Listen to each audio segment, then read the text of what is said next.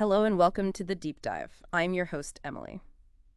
Today we're going to unpack something, well, really quite significant. It's the UK's recently updated emergency preparedness plans. And they're largely secret, which is interesting in itself. All happening against a backdrop of increasing global tensions, especially involving Russia. It's definitely something we need to get our heads around. Thanks for having me. It's certainly a critical topic right now. Glad we can discuss it. Absolutely. And we're drawing heavily today on a really detailed, insightful report from our friends over at Westferry Times. It features analysis from Emily and geopolitical expert Professor Richard Hawthorne. So thank you for watching Westferry Times and for providing this crucial info. And joining us to help make sense of it all is our expert guide today. So let's just jump right in. What's the headline here? What's the core issue with these updated plans? Well, in essence, the UK government's been quite actively revising its emergency protocols.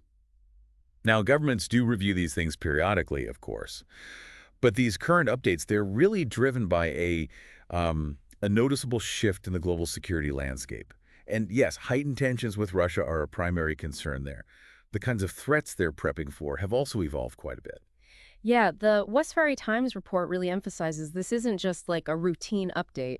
So what's the driving force? Why now specifically? There are several things feeding into it, really. Russia's actions in Ukraine, for one, have shown a clear willingness to use aggressive military force.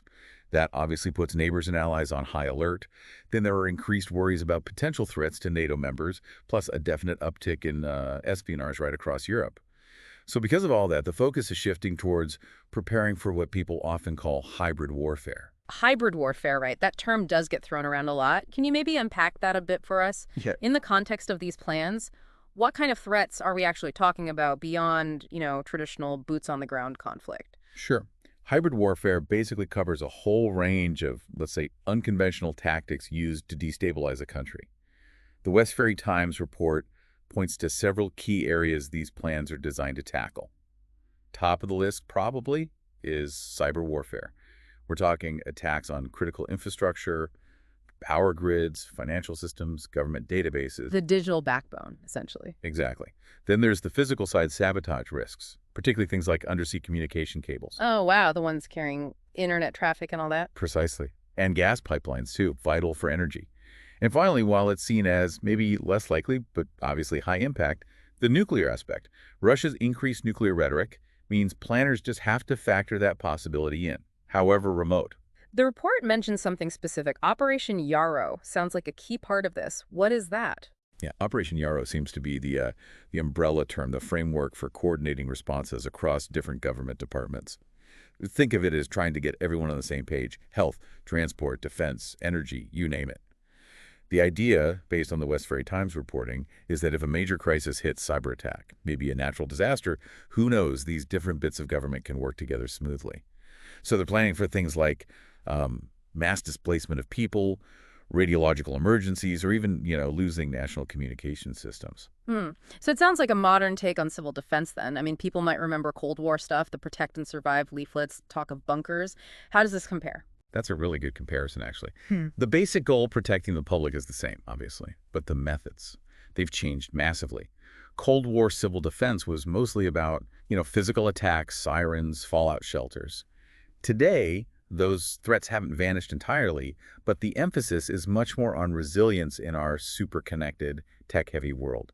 So that means more focus on cyber defenses, stopping attacks before they happen. It means better public communication strategies, getting accurate info out fast during a crisis. And it means having these sort of rapid response teams ready to act quickly in complicated situations. And the Westferry Times report suggests there's actual evidence of Russian activity that's prompted some of this. What sort of things have been happening? Well, the specifics are often kept quiet, for national security reasons. But the report does point to some worrying signs. Things like documented GPS spoofing in UK airspace, messing with navigation for planes and ships.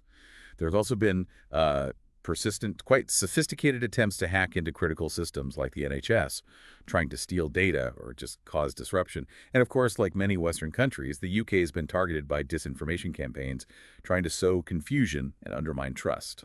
What about the public in all this? The report suggests the government's been, well, cautiously thinking about how to involve ordinary people more in preparedness. What might that look like? Yeah, the analysis in the Westferry Times suggests a very careful approach.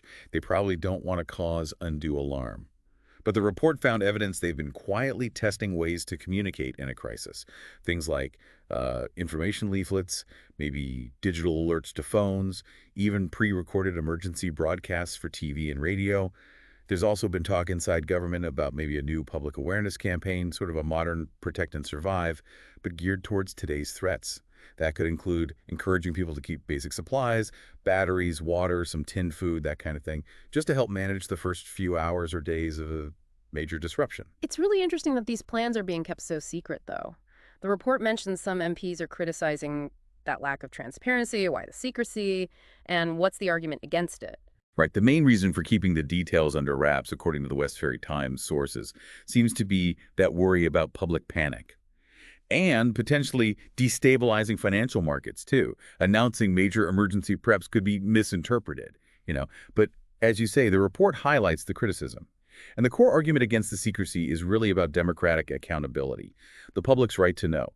Critics argue people should be informed about potential threats and how the government plans to respond. They believe more transparency actually builds real resilience because an informed public is better prepared to react sensibly.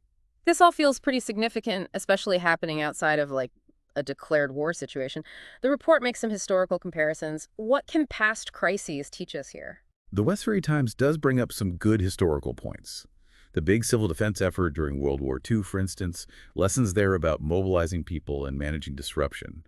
The Cuban Missile Crisis highlights the dangers of geopolitical tension and the absolute need for clear communication. And more recently, the COVID-19 pandemic was a stark reminder about needing robust, adaptable emergency plans for unexpected crises. But key difference now, which the report stresses, is just the sheer speed and interconnectedness of modern threats, especially cyber. These things can emerge and escalate way faster than traditional physical threats, posing unique challenges. So, taking all that on board, how prepared is the UK actually right now? The Westferry Times report paints a bit of a mixed picture, doesn't it? It does, yeah. The analysis suggests that, in many ways, the UK is technologically more advanced, with more expertise in areas like cybersecurity than ever before.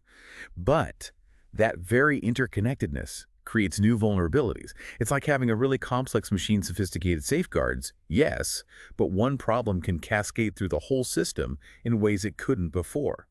So while capabilities are up in some areas, the threats have evolved too, presenting these new, complex challenges.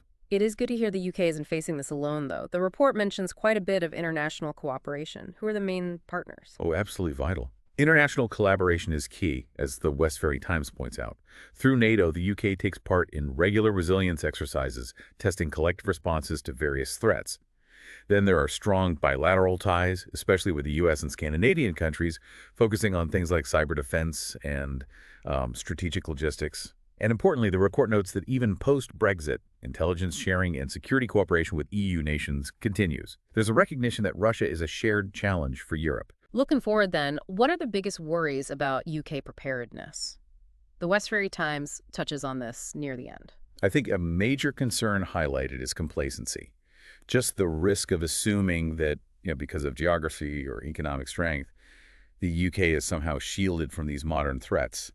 That kind of thinking, well, it can lead to underestimating the real risks and not engaging enough with preparedness, both at government level and maybe among the public too. Okay, but on a more optimistic note, does the report offer any reasons for hope? What strengths does the UK have in facing this? Yes, it does. The Westferry Times analysis definitely points to the significant talent and expertise within the UK's own cyber and defense communities. These are skilled people working hard on understanding and countering these threats.